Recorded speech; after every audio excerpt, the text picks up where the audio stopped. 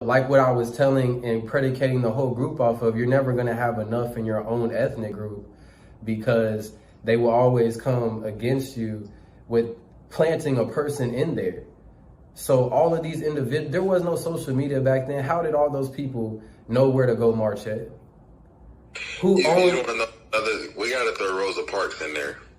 Yeah. Because she wanted to see the white man bus. Niggas already had their own bus lines back then. That's what I'm saying, but they don't paint the narrative like that. We wouldn't know that unless we went and studied that. They did that on purpose. It was just one big finesse. That's all it was. See, we're accepting the term African American. They have Black History Month, where it's a whole month. They teach us all this. And we are in Black History Month, ain't we? Yeah, they teach us all this stuff at school that's not real. All of that is one big finesse to get us away from the point of what's actually going on. Which is we were never in that boat to begin with. No. And,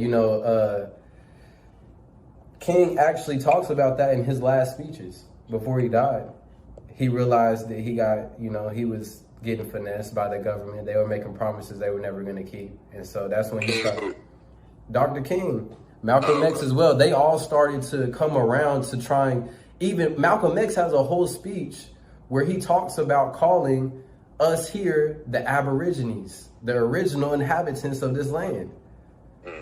Killed him. Then they killed King for preaching a similar narrative, but King's was more about, they told us and made us all these promises, and we watched them break the promises they gave to us, go and get you poor Europeans, put them on the land they promised us, and then had us teach them to farm. And then that's when he was like, their whole idea was, these people that tell us, the Black, they look at places like Chicago and they'll be like, they need to get it together.